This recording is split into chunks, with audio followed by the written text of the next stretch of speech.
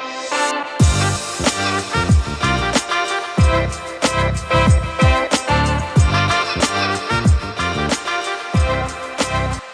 everyone, welcome back to the Intelligent Conversations podcast. Today I have the honor to learn from Wesley Jackson. Wesley is the co-founder of Surviving Humanity, which is a self-help podcast aimed at combining self-improvement and mental health. Wesley is also a public speaker and digital marketer. So Wesley, thank you for taking the time to come on today. I appreciate you taking the time to come on. But I'm going to open up with this question, and that is, what got you started kind of down that road of, mental health and self-improvement? Because oftentimes we hear that, and right, my initial thought, self-improvement's like, all right, you just got to buck up, take accountability, and, create the life that you want. And it's going to be hard. And then mental health is kind of the opposite. It's like, okay, you need to take time, rest, things like that. So how'd you get started in that? So first of all, thank you for having me, Josh. And so I hope that through my experiences and story that I'll tell right now, that I can help others find some insights that might resonate with their own journey. So this all got started with generational trauma, actually. And I believe it's a cornerstone in understanding how our past might mold our present challenges. And so I started to do a lot of digging into my own behavioral patterns. A few years back is when this all started. And I started to unearth a lot of patterns that weren't really my own per se. I started to observe them in the past within my parents and then mimicked them in the relationships within my own life later on. And so my own life is, let's call it a tapestry of sorts of these narratives that are punctuated by cycles of abuse, unfortunately. And these cycles aren't just abstract concepts within the mind. They actually do leave, tangible marks upon your life. And research has actually shown that adverse childhood experiences, known as ACEs or ACEs, significantly amplify the risks for negative health outcomes later in life. And so that's where the mental health perspective or angle started to come into play here, because I realized that I had to be my own cheerleader of sorts. I had to be my own parent as well later on in life, when I had to teach myself how to actually get by as an adult without having been taught that so much by my own parents. I was kind of left to my own designs. I followed the path that a lot of people thought would work out for them, which is where you just do, well in school, you go to university, and then you get a job, and then the rest is, happily ever after, right? Not so much the case, especially in my own life. And so I do want to kind of encapsulate that in a nutshell in terms of the past and the present. And this is actually a quote from William Faulkner. And he's a poet, really great writer. That's cool. And he said, "The past is not dead. In fact, it's not even past." And so this quote resonates deeply with me because it shows that our past is intrinsically intertwined with our present, and it determines how we perceive our future. So I'll say that one more time because it sounds a little weird when you say it. The past is not dead. In fact, it's not even past. So the past is something that, while it has happened in the past in terms of time, it lives within you in terms of your behaviors that you're acting out on a daily basis, which are basically habits. Yeah, I like that actually a lot. That's right on with something I've been thinking of, and to kind of add a little of my own twist to that would be, I would say, where you are today is an accumulation of decisions made all the way up to now, right? So, there's so many decisions that were made by either single groups of people or just, a group of people, one person, that impacted generations down the line. And we can't change that, right? It happened. But that's, I think, kind of the cool thing about life is, right, when we're younger, right, we're just placed in a situation. We don't really get any say over that. But as we get older, we have some kind of say of, all right, what kind of direction am I going to go? And that resonates with me too. And I I would also think too that so this is kind of where I'm a little confused. How did you kind of get into the self-improvement type Mm-hmm. part? Because that seems to be more focused on the future rather than the past. Mm-hmm. Yeah. So up until that point, I was doing digital marketing, and that was largely just because I was good at it. And while it was fulfilling up to a point where I was helping other people, build better brands within their businesses, help businesses get more leads, make more money, et cetera, it didn't, it was quite disconnected from the actual kind of human ground level part of things because of the fact that I was doing digital marketing. I never actually ever had to meet my clients' customers, for example, because I had all of the data I ever really needed on them Mm-hmm. already at my hands because of, cookies on websites, uh, Google Ads tracking, Google Analytics, all of these like tools and devices that would give me minute details about our audience. And so this led to a very isolated existence and one that was quite hollow. And once I finally started to realize this, that is when I started to fully pivot my life into helping other people help themselves, which is what is most fulfilling to me. And I wanted to do that on a business level scale, like I had with my digital marketing agency in the past. And so that's how Mm-hmm. Surviving Humanity was born. Wow, that's so cool. Mm-hmm. I like that you pointed out that, right, you followed the traditional path and then you realized it wasn't working, so you tried something new. And that's the thing I've found, at least, helpful, is just try it. Like, even if it doesn't work out, Mm-hmm. like, at least now you have a definite answer. It's like, okay, this did not turn out the way I wanted. Yeah, I really like that. At least now you have a definite answer because otherwise it just lingers as this giant question mark in the back of your head and you can live your entire life like unfulfilled in that regard. And a lot of people do. They die with regrets all the time. No, it's true. What is it? It's like they did this poll way back when, or survey, and they said that uh, the people they polled in this, it was a retirement home, and the people they polled in this retirement home, they're like, all right, what are some of these, like, the things you wish you did? Like, what are some of the regrets? Number one was they wish they spent more time with their family, and then number two was, I wish I started a business. Like, I had these ideas, I just wish I started it. And then I can't remember the other. There was six, but a lot of them were along those lines. Like, I wish I actually took the time to, like, create something for this world and, like, that people can use. And then the other one was, I wish I spent more time with other people. And I mean, that kind of, like, let's go along the people line. What initially drove me to your podcast, you in general, was you said that we're more divided.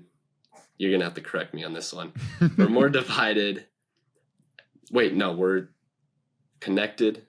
Yeah, you're gonna have to help me out on this one. You're I'll help you connected. out. We're Yeah, more connected than ever, yet also more divided than ever. there we go. Yeah. So how did you kind of come to that? Like, how did you come to the realization that that was occurring? So, for context, right now I am 31 and I grew up before, I still remember the days before the internet was really a thing as it is Oh, now. wow. And so back then, connections felt deeper, more authentic, and less transactional. And then with the advent of social media back when I was in early high school, late middle school days, uh, we started to see this shift into parasocial relationships where we start to like passively consume in some sort of voyeuristic manner other people's lives that we may actually even know like in real life a lot of the time.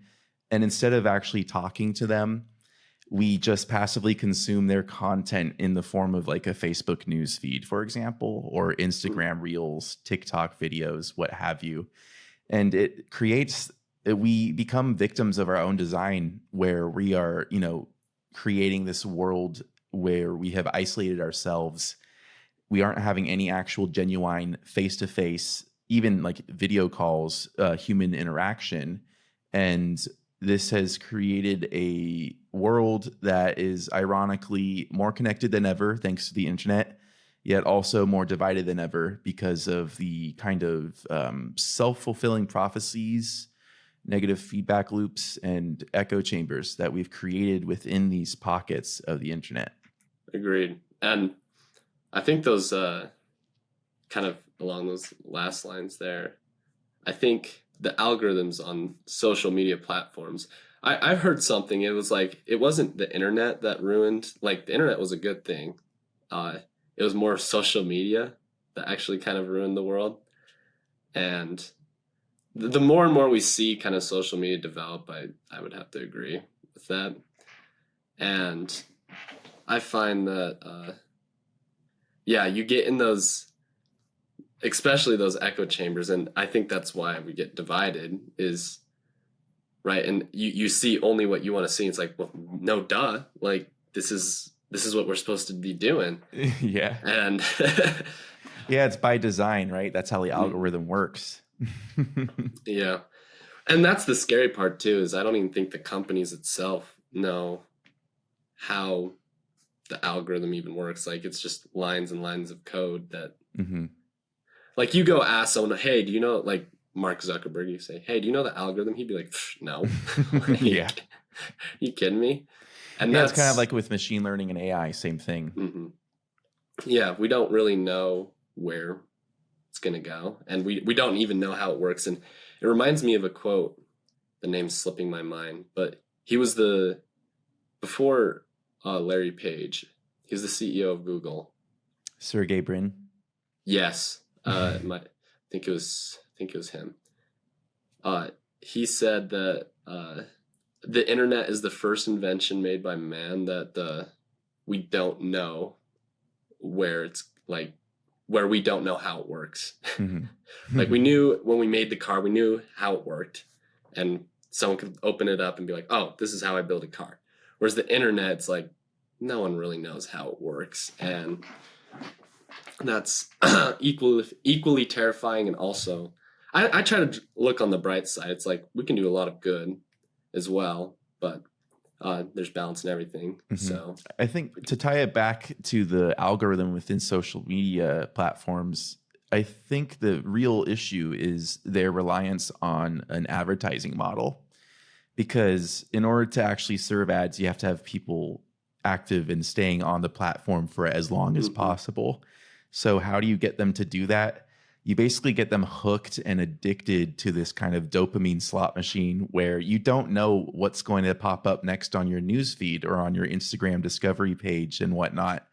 And it becomes really mindless on a day. Like if you can, I mean, I'm sure you're no stranger to this, neither am I. I can find myself, doom scrolling, as it's known. Yeah. Not for very long anymore, thankfully, but I still can catch myself sometimes just autopiloting if I open up my phone or my tablet and I happen to need to do something like on Facebook, which is my primary platform. Every single time, at least a few minutes, I get sucked in for just a little bit at like just passively viewing my friends' like stories or reels or posts in the news feed. And I'm not even thinking when I'm doing this. I'm just like scrolling mindlessly, eyes like glazed over. I agree. And I found that I like that you related it to kind of like the slot machines. I think it's very similar. It's, as human beings, we love mystery, right? It's kind of like, ooh, the unknown, right? Because, right, there's kind of that fear. I don't know how to describe it, but that anticipation, right? I mean, I guess that's how dopamine works. Yeah, we just love to see what happens next. Yeah, it's like, oh, well, let's see what happens. We're very, like, we love to experiment. It's like, and I mean, that's kind of how survival of the fittest and all that happens. It's like, oh, these berries look very tasty, and someone ate them.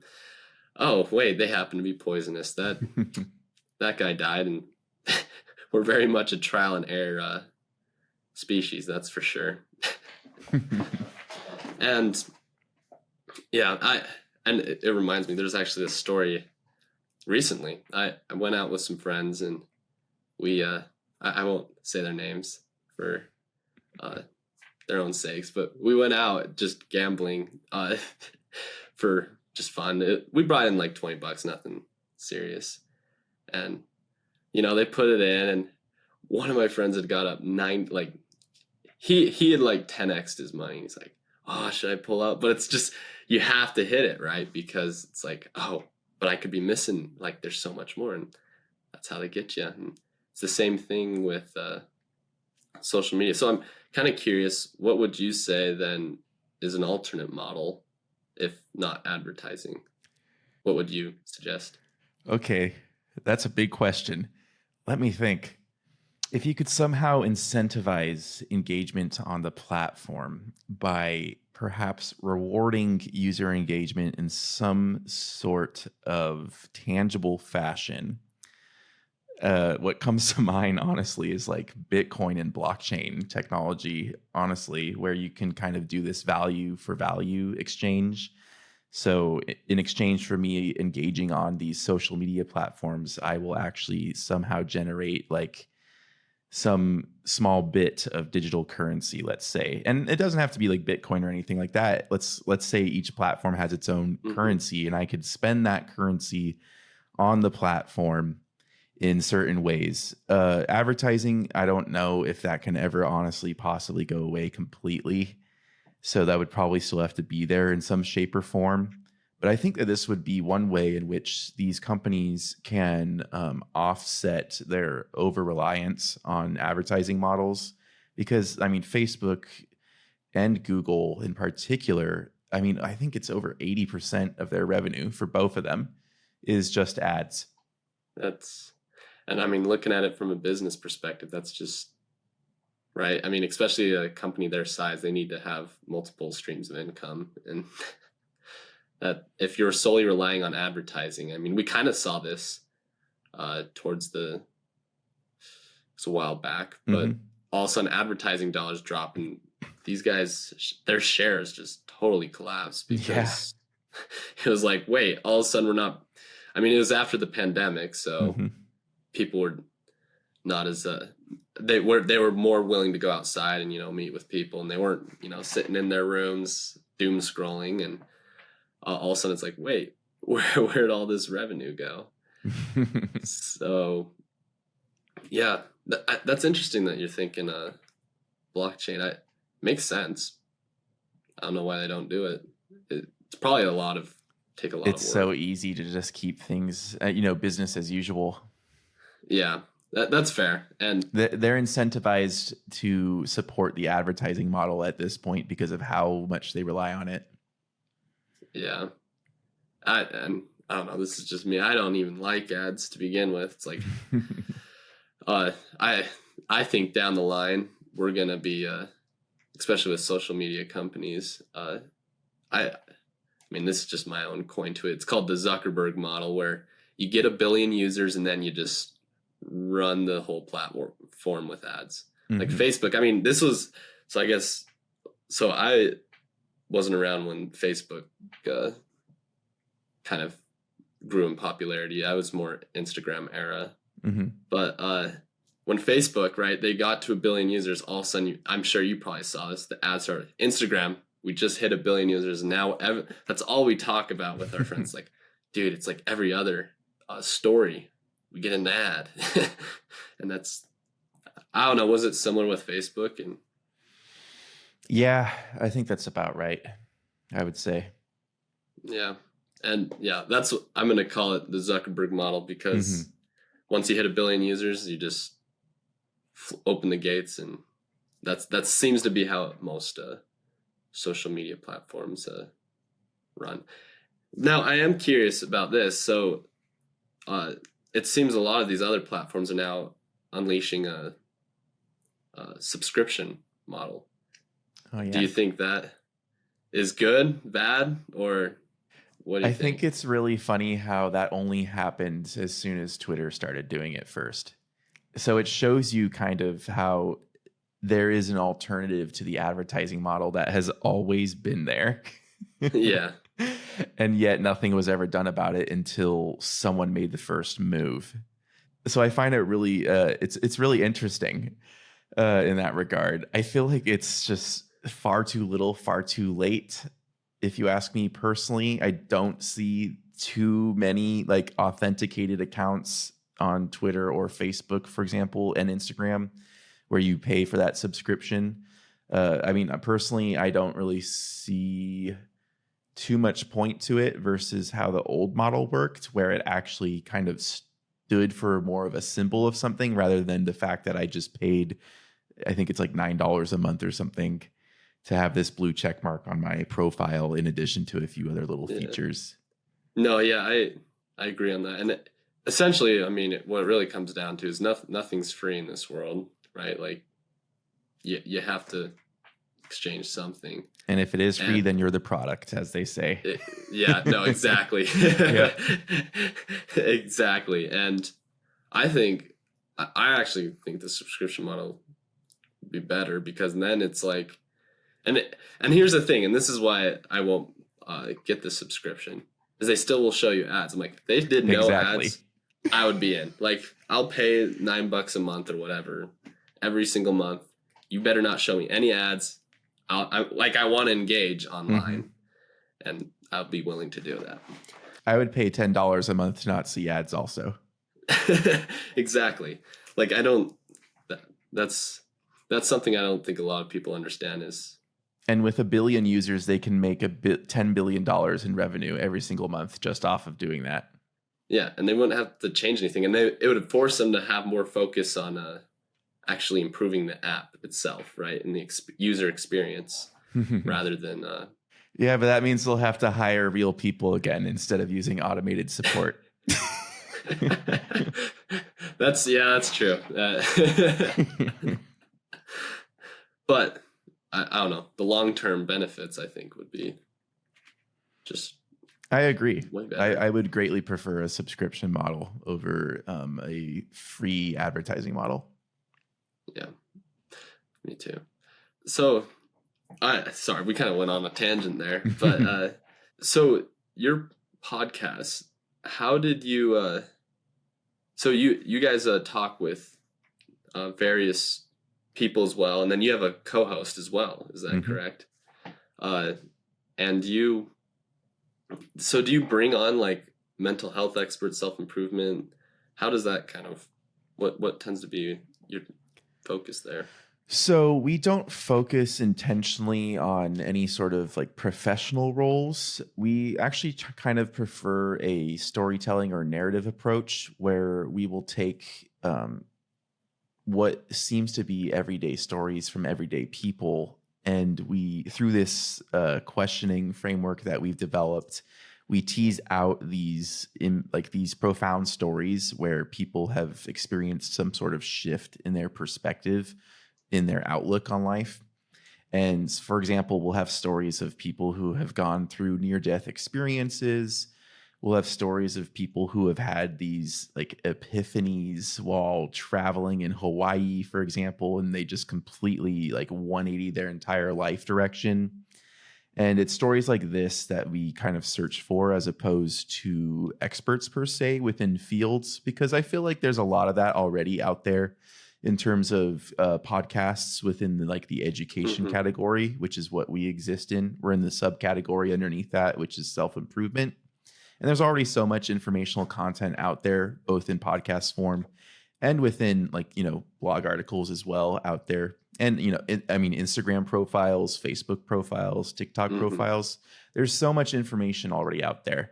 And because of that, I feel like this information overload causes a lot of people to forget a lot of these important facts and maybe not apply it as well. So that's why the vehicle of storytelling, I think, is a very impactful one, as opposed to simply just giving people the information and then telling them what to do with it. If you package it in the form of someone else's story, it really sticks a lot more. And even if it's just one thing that somebody remembers from that story, it still makes more of a difference, as opposed to being inundated with this torrent of information and maybe you get one thing out of it. and maybe you apply it to your life. Whereas you hear someone's story and talk about what they went through, that tends to kind of sear itself more into our brain and our memory. That's true. It makes it more relatable, right? And I think that it makes it more relatable when we tell stories. It makes it more human as well, right? And I get stuck in the information loop as well, and that's something I said. It's like our generation has all the information we could ever want, but we do nothing with it.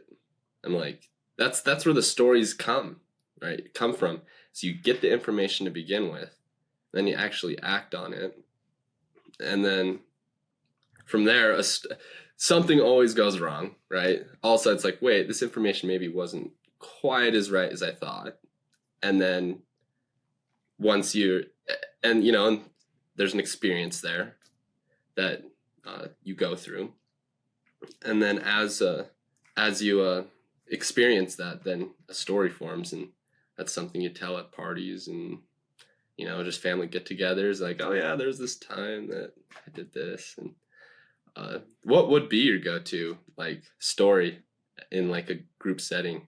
Do you have one? In a group setting, I have to think about that. What would be appropriate to tell in a group setting? My go-to story, probably something out of my time in Vietnam. I don't really have one right now. Oh. But to make up for that, I'll comment on the interesting transition from how you were talking about how you think one thing versus acting on it, or learning one thing and then actually embodying it. There is a big shift there in terms of your mind and how you actually react to something. For example, if you just think something versus writing it, that also makes a difference. When you might be thinking a negative thought about yourself, for example, and then you put it down on paper and then you really just look at it objectively, you realize how irrational our thoughts can be and how ruled we can be by our own emotions and feelings, because thoughts, feelings, and emotions are all intricately linked together and they affect each other as well. And then they manifest as our actions or behaviors within our lives, whether that's how we talk to ourselves or how we treat other people. It all has an effect on each other at the end of the day. So I hope that made up for my lack of a go-to story. No, that's perfect. It actually reminded me of, so I'm sure you've done it too, but I toyed around with that Chat GPT. Mm-hmm. And that's actually the thing I like about it, is that you can write down what's in your mind and then it'll spit back the nonsense you put out there in a clearer, more concise way. It's like, oh, so that's what I was thinking.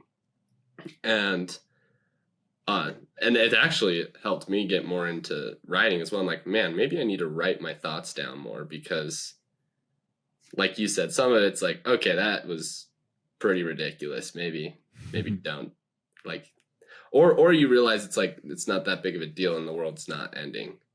And that's, we kind of get in that fear of fight or flight. And it's like, oh, shoot, like, this is it. And yeah, in reality. Yeah, the fight or flight anxiety, basically, right? Where you're fearful of the future, what might happen next. That happened to me a lot. I would struggle to fall asleep because my mind would be racing. And so something that really helped with that, putting pen to paper, is this concept that's called brain dump journaling. And it's where you basically just fill as much as possible within the span of 15 minutes, just anything that's coming out of your mind. It's like stream of consciousness writing, pretty much. It doesn't matter what it is.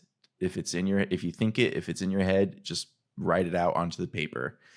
And you'll find yourself writing a lot of these thoughts that might be circulating within your head on a daily basis even. And, a lot of this times it manifests as negative self-talk, or these negative kind of narrow-minded beliefs about yourself and the world, or what you might be capable of, or what might be possible out there. And once you put it onto paper, like we already discussed, you start to realize the validity, or in many cases, the invalid nature of a lot of these thoughts. And that's when we really start to that moment of awareness. That's when you really start to make the first shift into doing something about it and making a change about it. There you go. That I like that, and especially that last part there where you said where it gives you kind of something to look at, and then you can actually act. And I'm going to use this as the intelligent question of the day, and I think this is the most important thing: is you have to act. You have to make changes if you see something you don't like. And I think one of the biggest struggles is how do you kind of, I guess, find that motivation to actually, you know, that last little to actually get out. And because some things, like some changes that you want to make in your life, they're lifelong and you want them to stay with you forever. How do you find that consistent motivation?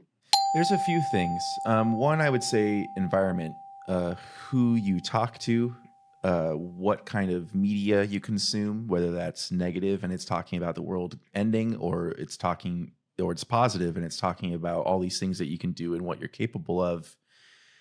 So there's environment, first off. That's a big one. I think there's a lot of quotes about how, wherever you go, there you are. And, you can change your environment, but that doesn't necessarily change yourself. That's not entirely true, especially with like the discovery in recent years of epigenetics and how our environment can fundamentally alter our Mm-hmm. DNA. It has disproved a lot of those age-old quotes that were floating around for a long time.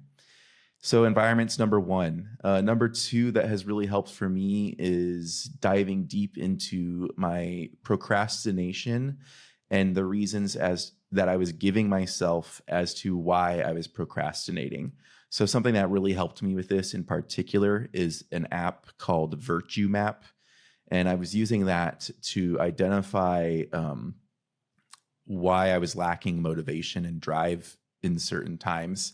And so it had me basically log on a daily basis the reasons for why I was procrastinating on certain things. And over time, after doing this for several weeks, I started to realize that I used the excuse that I was too tired way too often.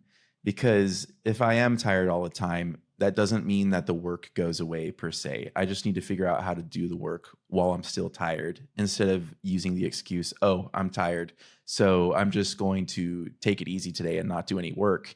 It's all too easy to do that when you're working for yourself. And so, yeah, while I was struggling with chronic pain during this time, it was still an excuse at the end of the day.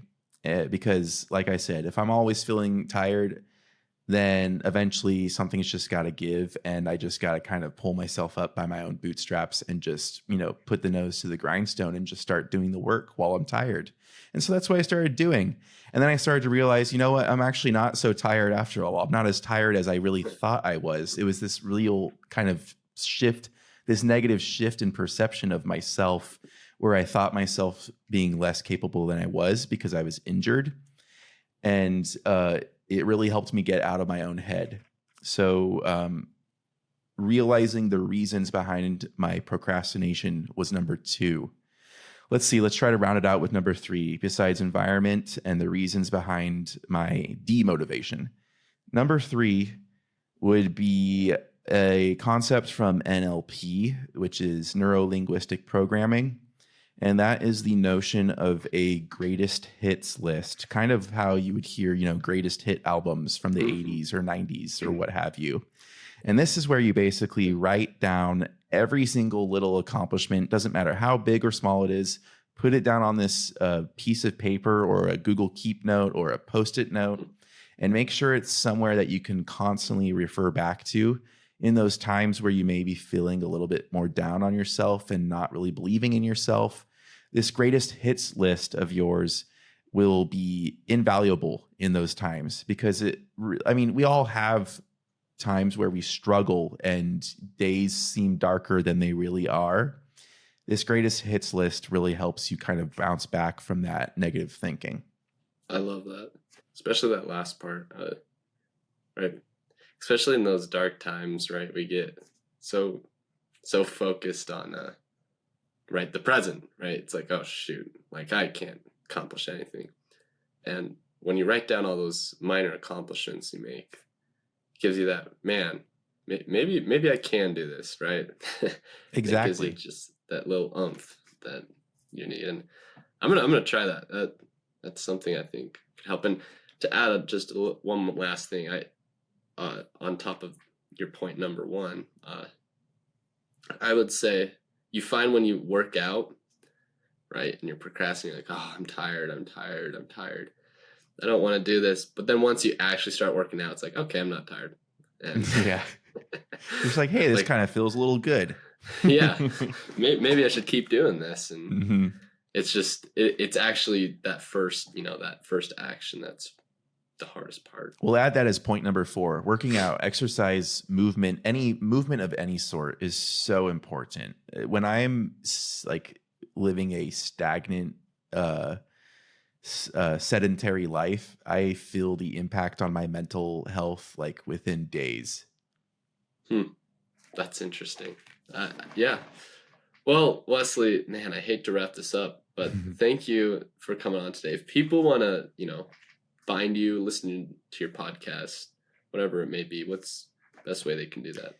You can find us at survivinghumanity.net. Awesome. Well, thank you for coming on today. I appreciate the time you took to come on. Thank you for having me, Josh. All right, everyone, as you can tell, that is Wesley Jackson. He's a very intelligent person, has great things to share. I challenge you guys, if anything spoke to you, to go check him out. I'm sure he'd be happy to do that for you. Stay tuned till next week. We have a great guest lined up for you guys. See you guys next week, and let's get after it. Hey everyone, if you liked this episode and would like to hear more, be sure to hit that subscribe or follow button. We release a new episode every Wednesday for you guys to listen to. Thank you guys so much for the support that you give. We could not have done this without you guys. If you would like to be a potential guest on the show, check out intelligentconvos.com and fill out the form there. Thank you guys again, and let's get after it.